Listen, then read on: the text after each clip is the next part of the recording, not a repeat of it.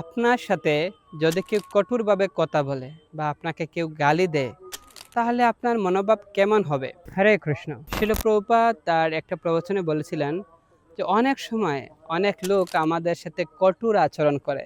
আমাদেরকে অনেক সময় গালি দেয় বা অনেক কঠোর একটা কথা বলে, তখন আমরা অনেক কষ্ট পাই, মনে অনেক আঘাত লাগে। সেটা লাগার কারণ হচ্ছে, আমি মনে করি আমি হচ্ছে এই দেহ।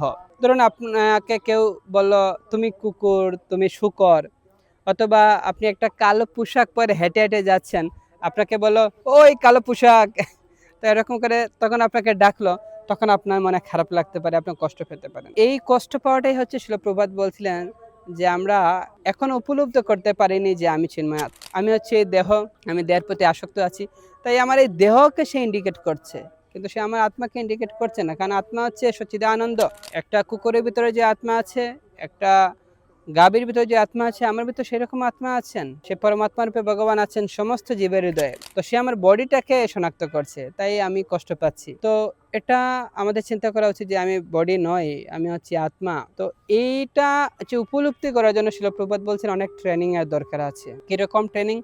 যখন কেউ পূর্ণরূপে কৃষ্ণ ভাবনায় ভাবিত হতে পারবে, পূর্ণরূপে সে উপলব্ধি করতে পারবে শ্রবণ এবং কীর্তনের মাধ্যমে, সাধুসঙ্গের মাধ্যমে, যখন সে উপলব্ধি করতে পারবে যে আমি এই দেহ নই, আমি হচ্ছি চিন্ময় আত্মা, আমার এই স্থূলভঙ্গুর দেহ থেকে সম্পূর্ণ ভিন্ন সূক্ষ্মাতি সূক্ষ্ম চিন্ময় সত্তা আমি, আর আমার প্রকৃত স্বরূপ হচ্ছে আমি শ্রীকৃষ্ণের নিত্য দাস। এই উপলব্ধি যখন কেউ করতে পারবে, তখন তার আর কষ্ট লাগবে না। যে যা কিছু বলুক না কেন, যত কঠোর বাক্যই তাকে বলুক না কেন, তার গায়ে লাগবে না। হরে কৃষ্ণ।